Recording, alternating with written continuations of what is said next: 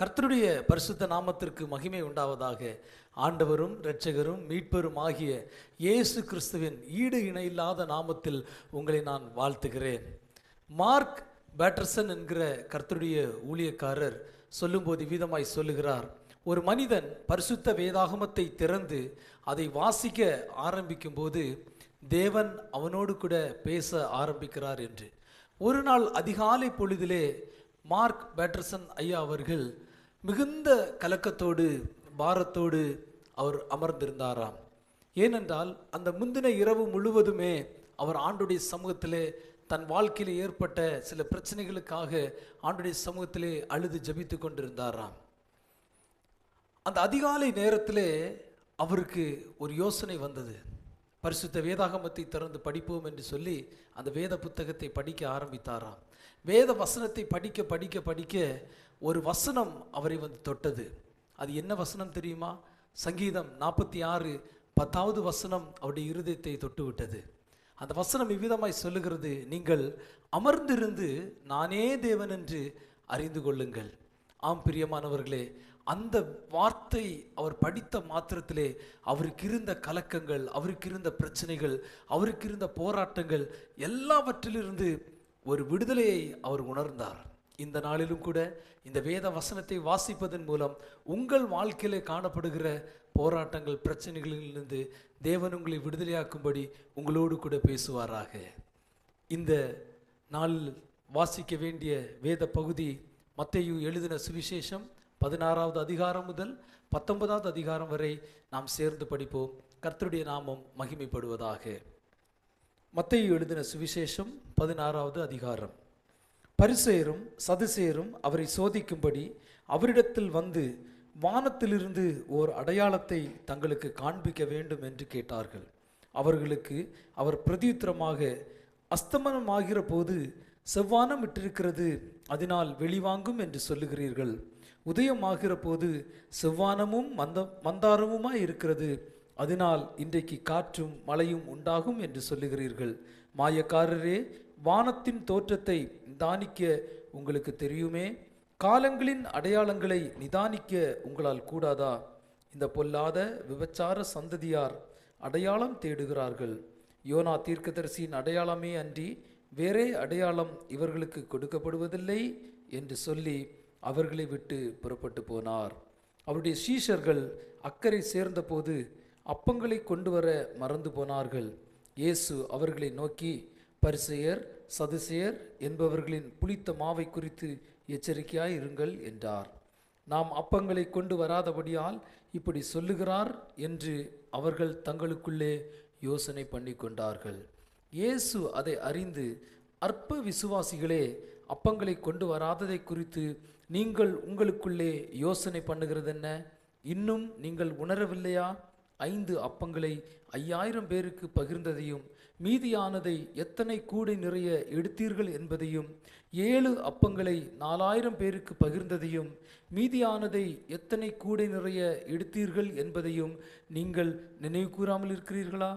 பரிசேயர் சதுசேயர் என்பவர்களின் புளித்த மாவுக்கு எச்சரிக்கையாக இருக்க வேண்டும் என்று நான் சொன்னது அப்பத்தை குறித்து சொல்லவில்லை என்று நீங்கள் உணராதிருக்கிறது எப்படி என்றார். அப்பொழுது அவர் அப்பத்தின் புளித்த மாவை குறித்து எச்சரிக்கையாக இருக்க வேண்டும் என்று சொல்லாமல் பரிசேயர் சதுசேயர் என்பவர்களின் உபதேசத்தை குறித்தே அப்படி சொன்னார் என்று அறிந்து கொண்டார்கள். பின்பு இயேசு பிலிப்பு செசரியாவின் திசைகளில் வந்தபோது தம்முடைய சீஷரை நோக்கி, மனுஷகுமாரனாகிய என்னை ஜனங்கள் யார் என்று சொல்லுகிறார்கள் என்று கேட்டார். அதற்கு அவர்கள், சிலர் உம்மை யோவான் ஸ்நானன் என்றும், சிலர் எலியா என்றும், வேறு சிலர் எரேமியா அல்லது தீர்க்கதரிசிகளில் ஒருவர் என்றும் சொல்லுகிறார்கள் என்றார்கள். அப்பொழுது அவர், நீங்கள் என்னை யார் என்று சொல்லுகிறீர்கள் என்று கேட்டார்.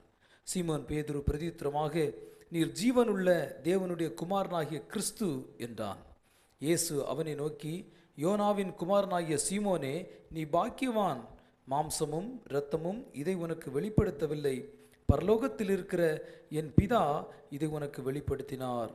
மேலும் நான் உனக்கு சொல்லுகிறேன், நீ பேதுருவாய் இருக்கிறாய், இந்த கல்லின் மேல் என் சபையை கட்டுவேன், பாதாளத்தின் வாசல்கள் அதை மேற்கொள்வதில்லை. பரலோக ராஜ்யத்தின் திறவுகோல்களை நான் உனக்கு தருவேன். பூலோகத்திலே நீ கட்டுகிறது எதுவோ அது பரலோகத்திலும் கட்டப்பட்டிருக்கும். பூலோகத்திலே நீ கட்டவிழ்ப்பது எதுவோ அது பரலோகத்திலும் கட்டவிழ்க்கப்பட்டிருக்கும் என்றார்.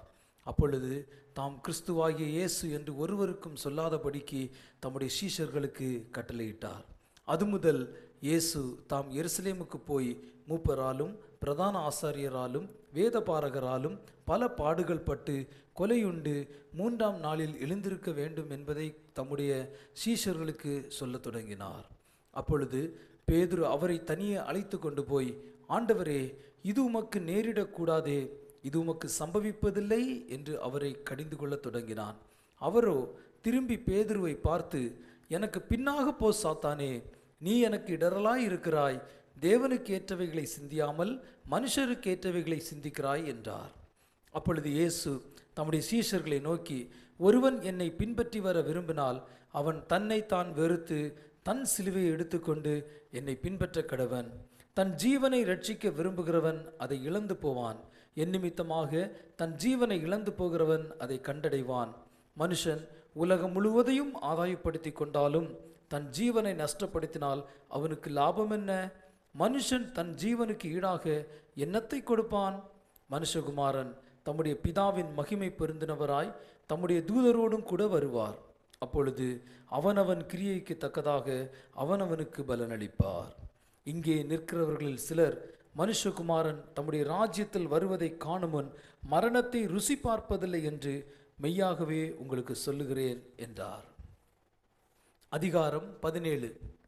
6 நாளைக்கு பின்பு இயேசு பேதுருவையும் யாக்கோபையும் அவனுடைய சகோதரனாகிய யோவானையும் கூட்டிக் கொண்டு தனித்திருக்கும்படி உயர்ந்த மலையின் மேல் போய் அவர்களுக்கு முன்பாக மறுரூபம் ஆனார்.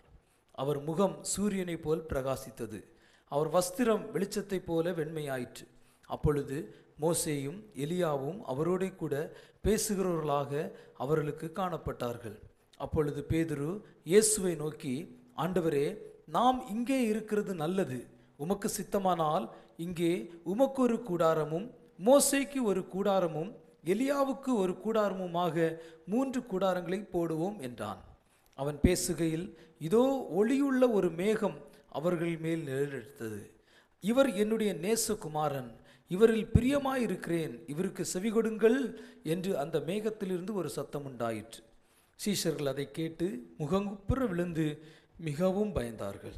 அப்பொழுது இயேசு வந்து அவர்களை தொட்டு, எழுந்திருங்கள், பயப்படாதிருங்கள் என்றார். அவர்கள் தங்கள் கண்களை ஏறெடுத்து பார்க்கையில் இயேசுவை தவிர வேறு ஒருவரையும் காணவில்லை. அவர்கள் மலையிலிருந்து இறங்குகிற போது இயேசு அவர்களை நோக்கி, மனுஷகுமாரன் மரித்தோரிலிருந்து எழுந்திருக்கும் வரைக்கும் இந்த தரிசனத்தை ஒருவருக்கும் சொல்ல வேண்டாம் என்று கட்டளையிட்டார். அப்பொழுது அவருடைய சீஷர்கள் அவரை நோக்கி, அப்படியானால் எலியா முந்தி வரவேண்டும் என்று வேதபாரகர் சொல்லுகிறார்களே, அதெப்படி என்று கேட்டார்கள். இயேசு அவர்களுக்கு பிரதியுத்தரமாக, எலியா முந்தி வந்து எல்லாவற்றையும் சீர்படுத்துவது மெய்தான், ஆனாலும் எலியா வந்தாயிற்று என்று உங்களுக்கு சொல்லுகிறேன். அவனை அறியாமல் தங்கள் இஷ்டப்படி அவனுக்கு செய்தார்கள். இவ்விதமாய் மனுஷகுமாரனும் அவர்களால் பாடுபடுவார் என்றார். அவர் யோவான் ஸ்நானனை குறித்து தங்களுக்கு சொன்னார் என்று சீஷர்கள் அப்பொழுது அறிந்து கொண்டார்கள். அவர்கள் ஜனங்களிடத்தில் வந்தபோது ஒரு மனுஷன் அவரிடத்தில் வந்து அவர் முன்பாக முழங்கால் படியிட்டு, ஆண்டவரே, என் மகனுக்கு இரங்கும், அவன் சந்திரரோகியாய் கொடிய வேதனைப்படுகிறான், அடிக்கடி தீயிலும் அடிக்கடி ஜலத்திலும் விழுகிறான். அவனை உம்முடைய சீஷர்களிடத்தில் கொண்டு வந்தேன், அவனை சொஸ்தமாக்க அவர்களால் கூடாமற் போயிற்று என்றான். இயேசு பிரதித்திரமாக, விசுவாசம் இல்லாத மாறுபாடுள்ள சந்ததியே, இதுவரைக்கும் நான் உங்களோடு இருப்பேன், எதுவரைக்கும் உங்களிடத்தில் பொறுமையாய் இருப்பேன், அவனை என்னிடத்தில் கொண்டு வாருங்கள் என்றார். இயேசு பிசாசை அதட்டினார். உடனே அது அவனை விட்டு புறப்பட்டது. அந்நேரமே அந்த இளைஞன் சொஸ்தமானான். அப்பொழுது சீஷர்கள் இயேசுவினிடத்தில் தனித்து வந்து, அதை துரத்திவிட எங்களால் ஏன் கூடாமற் போயிற்று என்று கேட்டார்கள். அதற்கு இயேசு, உங்கள் அவிசுவாசத்தினாலே தான். கடுகு விதையளவு விசுவாசம் உங்களுக்கு இருந்தால் நீங்கள் இந்த மலையை பார்த்து, இவ்விடம் விட்டு அப்புறம் போ என்று சொல்ல அது அப்புறம் போம். உங்களால் கூடாத காரியம் ஒன்றுமிராது என்று மெய்யாகவே உங்களுக்கு சொல்லுகிறேன். இந்த ஜாதி பிசாசு ஜெபத்தினாலும் உபவாசத்தினாலுமே அன்றி மற்றெவ்விதத்தினாலும் புறப்பட்டு போகாது என்றார்.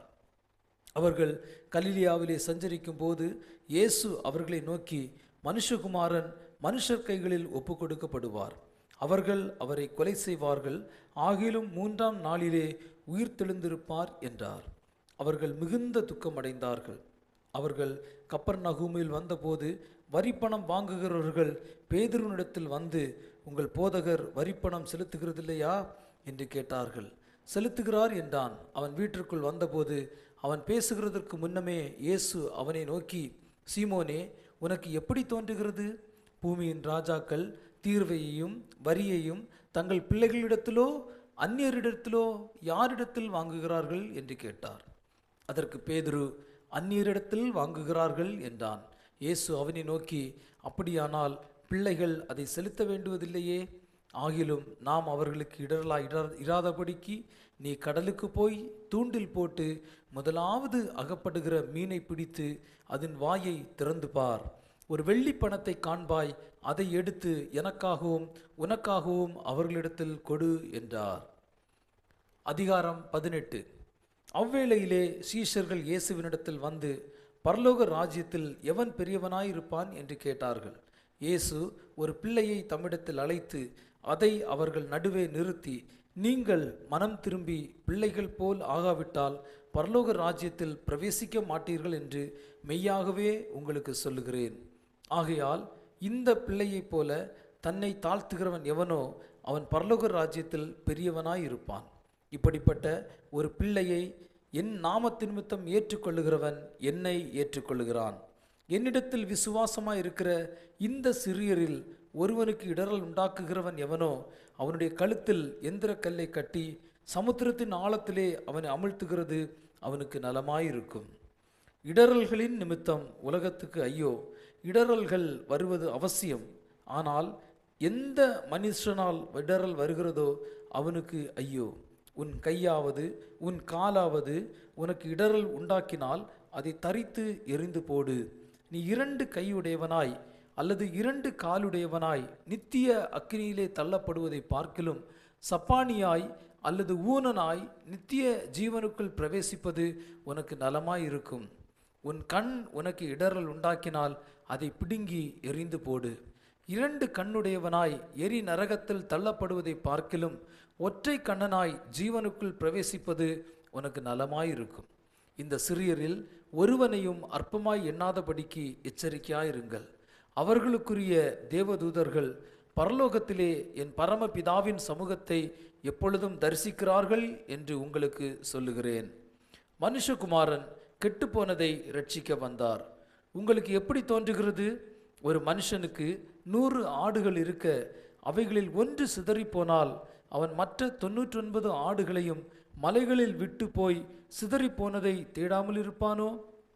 அவன் அதை கண்டுபிடித்தால் சிதறிப்போகாத 99 ஆடுகளை குறித்து சந்தோஷப்படுகிறதை பார்க்கிலும் அதை குறித்து அதிகமாய் சந்தோஷப்படுவான் என்று மெய்யாகவே உங்களுக்கு சொல்லுகிறேன். இவ்விதமாய் இந்த சிறியரில் ஒருவனாகிலும் கெட்டுப்போவது பரலோகத்தில் இருக்கிற உங்கள் பிதாவின் சித்தமல்ல. உன் சகோதரன் உனக்கு விரோதமாக குற்றம் செய்தால் அவனிடத்தில் போய் நீயும் அவனும் தனித்திருக்கையில் அவன் குற்றத்தை அவனுக்கு உணர்த்து. அவன் உனக்கு செவி கொடுத்தால் உன் சகோதரனை ஆதாயப்படுத்தி கொண்டாய். அவன் செவி கொடாமற் போனால் 2-3 சாட்சிகளுடைய வாக்கினாலே சங்கதிகளெல்லாம் நிலைவரப்படும்படி 2 ஒருவரை உன்னுடனே கூட்டிக் கொண்டு போ. அவர்களுக்கும் அவன் செவி கொடாமற் போனால் அதை சபைக்கு தெரியப்படுத்து. சபைக்கும் செவி கொடாதிருப்பானால் அவன் உனக்கு அஞ்ஞானியைப் போலவும் ஆயக்காரனைப் போலவும் இருப்பானாக. பூலோகத்திலே நீங்கள் எவைகளை கட்டுவீர்களோ அவைகள் பரலோகத்திலும் கட்டப்பட்டிருக்கும். பூலோகத்திலே நீங்கள் எவைகளை கட்டவிழ்ப்பீர்களோ அவைகள் பரலோகத்திலும் கட்டவிழ்க்கப்பட்டிருக்கும் என்று மெய்யாகவே உங்களுக்கு சொல்லுகிறேன். அல்லாமலும் உங்களில் 2 பேர் தாங்கள் வேண்டிக் கொள்ளப் போகிற எந்த காரியத்தை குறித்தாகிலும் பூமியிலே ஒருமனப்பட்டிருந்தால் பரலோகத்தில் இருக்கிற என் பிதாவினால் அது அவர்களுக்கு உண்டாகும் என்று உங்களுக்கு சொல்லுகிறேன். ஏனெனில் 2 பேராவது 3 பேராவது என் நாமத்தினாலே எங்கே கூடியிருக்கிறார்களோ அங்கே அவர்கள் நடுவிலே இருக்கிறேன் என்றார். அப்பொழுது பேதுரு அவரிடத்தில் வந்து, ஆண்டவரே, என் சகோதரன் எனக்கு விரோதமாய் குற்றம் செய்து வந்தால் நான் எத்தனை தரம் மன்னிக்க வேண்டும்? 7 தரம் மட்டுமோ என்று கேட்டான். அதற்கு இயேசு, 7 தரம் மாத்திரமல்ல, 70 தரம் மட்டும் என்று உனக்கு சொல்லுகிறேன். எப்படியெனில் பரலோக ராஜ்யம் தன் ஊழியக்காரரிடத்தில் கணக்கு பார்க்க வேண்டும் என்றிருந்த ஒரு ராஜாவுக்கு ஒப்பாயிருக்கிறது. அவன் கணக்கு பார்க்க தொடங்கின போது 10,000 தாலந்து கடன்பட்டவன் ஒருவனை அவனுக்கு முன்பாக கொண்டு வந்தார்கள். கடனை தீர்க்க அவனுக்கு நிர்வாகம் இல்லாதபடியால் அவனுடைய ஆண்டவன் அவனையும் அவன் பெண்ஜாதி பிள்ளைகளையும் அவனுக்குண்டான எல்லாவற்றையும் விற்று கடனை தீர்க்கும்படி கட்டளையிட்டான். அப்பொழுது அந்த ஊழியக்காரன் தாழ விழுந்து வணங்கி, ஆண்டவனே, என்னிடத்தில் பொறுமையாயிரும், எல்லாவற்றையும் உமக்கு கொடுத்து தீர்க்கிறேன் என்றான். அந்த ஊழியக்காரனுடைய ஆண்டவன் மனதிறங்கி அவனை விடுதலை பண்ணி கடனையும் அவனுக்கு மன்னித்து விட்டான். அப்படி இருக்க அந்த ஊழியக்காரன் புறப்பட்டு போகையில் தன்னிடத்தில் 100 வெள்ளிப்பணம் கடன் பட்டிருந்தவன் ஆகிய தன் உடன் வேலைக்காரரில் ஒருவனை கண்டு அவனை பிடித்து தொண்டையை நெரித்து, நீ பட்ட கடனை எனக்கு கொடுத்து தீர்க்க வேண்டும் என்றான். அப்பொழுது அவனுடைய உடன் வேலைக்காரன் அவன் காலிலே விழுந்து, என்னிடத்தில் பொறுமையாயிரும், எல்லாவற்றையும் உமக்கு கொடுத்து தீர்க்கிறேன் என்று அவனை வேண்டிக் கொண்டான். அவனோ சம்மதியாமல் போய் அவன் பட்ட கடனை கொடுத்து தீர்க்கும் அளவும் அவனை காவலில் போடுவித்தான். நடந்ததை அவனுடைய உடன் வேலைக்காரர் கண்டு மிகவும் துக்கப்பட்டு ஆண்டவனிடத்தில் வந்து நடந்ததையெல்லாம் அறிவித்தார்கள். அப்பொழுது அவனுடைய ஆண்டவன் அவனை அழைப்பித்து, பொல்லாத ஊழியக்காரனே, நீ என்னை வேண்டிக் கொண்டபடியினாலே அந்த கடன் முழுவதையும் உனக்கு மன்னித்து விட்டேன். நான் உனக்கு இறங்கினது போல நீயும் உன் உடன் வேலைக்காரனுக்கு இறங்க வேண்டாமோ என்று சொல்லி அவனுடைய ஆண்டவன் கோபமடைந்து அவன் பட்ட கடனையெல்லாம் தனக்கு கொடுத்து தீர்க்கும் அளவும் உபாதிக்கிறவர்களிடத்தில் அவனை ஒப்பு கொடுத்தான். நீங்களும் அவனவன் தன் தன் சகோதரன் செய்த தப்பிதங்களை மனப்பூர்வமாய் மன்னியாமற் போனால் என் பரமபிதாவும் உங்களுக்கு இப்படியே செய்வார் என்றார். அதிகாரம் 19. இயேசு இந்த வசனங்களை சொல்லி முடித்த பின்பு அவர் கலிலேயாவை விட்டு யோர்தானுக்கு அக்கறையான யூதேயாவின் எல்லைகளில் வந்தார். திரளான ஜனங்கள் அவருக்கு பின் சென்றார்கள். அவ்விடத்தில் அவர்களை சுஸ்தமாக்கினார். அப்பொழுது பரிசேயர் அவரை சோதிக்க வேண்டுமென்று அவரிடத்தில் வந்து, புருஷனானவன் தன் மனைவியை எந்த முகாந்திரத்தினாலாகிலும் தள்ளிவிடுவது நியாயமா என்று கேட்டார்கள்.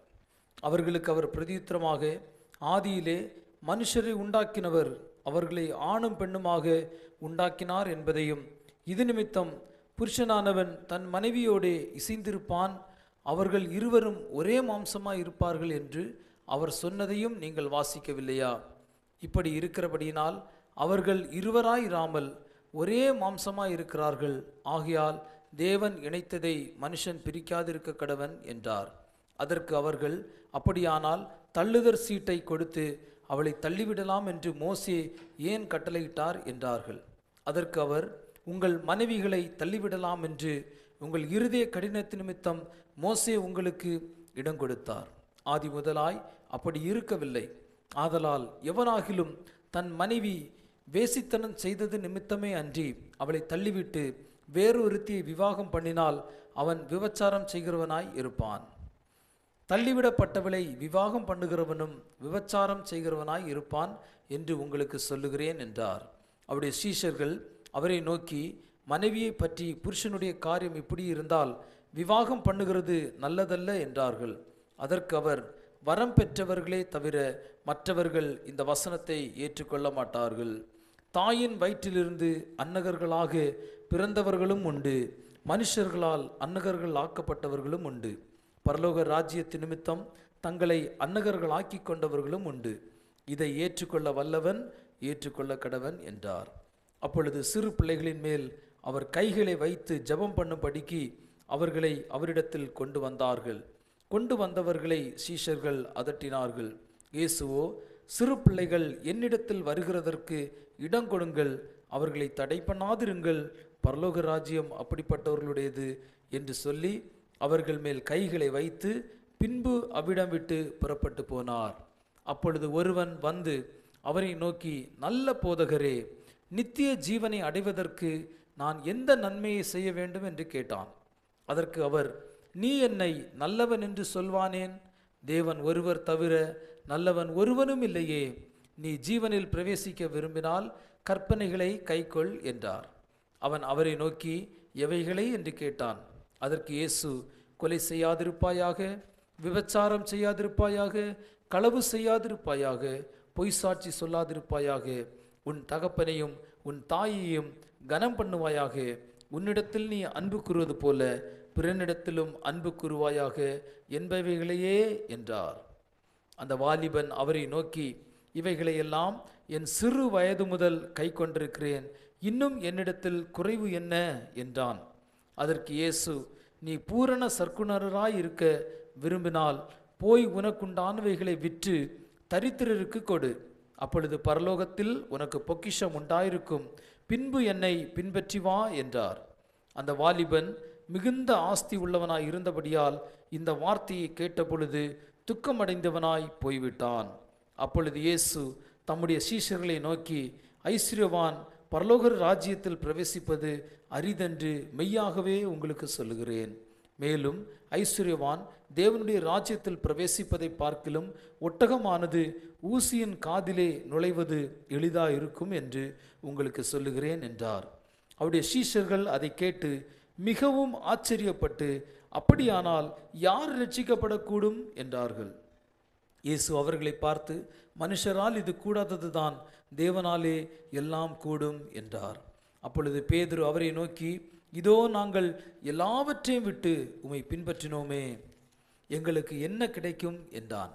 அதற்கு இயேசு, மறுஜன்ம காலத்திலே மனுஷகுமாரன் தம்முடைய மகிமையுள்ள சிங்காசனத்தின் மேல் வீற்றிருக்கும் போது என்னை பின்பற்றின நீங்களும் இஸ்ரவேலின் 12 கோத்திரங்களையும் நியாயம் தீர்க்கிறவர்களாக 12 சிங்காசனங்களின் மேல் வீற்றிருப்பீர்கள் என்று மெய்யாகவே உங்களுக்கு சொல்லுகிறேன். என் நாமத்தின் நிமித்தம் வீட்டையாவது, சகோதரரையாவது, சகோதரிகளையாவது, தகப்பனையாவது, தாயையாவது, மனைவியையாவது, பிள்ளைகளையாவது, நிலங்களையாவது விட்டவன் எவனோ அவன் நூறத்தனையாய் அடைந்து நித்திய ஜீவனையும் சுதந்தரித்து கொள்வான். ஆகிலும் முந்தினோர் அநேகர் பிந்தினோராயும், பிந்தினோர் அநேகர் முந்தினோராயும் இருப்பார்கள் என்றார். இத்துடன் இந்த நாளுக்குரியதான வேத பகுதி நிறைவடைந்தது. மீண்டும் உங்களை சந்திக்கும் வரை தேவனுடைய கிருபை உங்கள் அனைவரோடும் கூட இருப்பதாக. ஆண்டுடைய பரிசுத்த நாமத்திற்கு மகிமை உண்டாகட்டும்.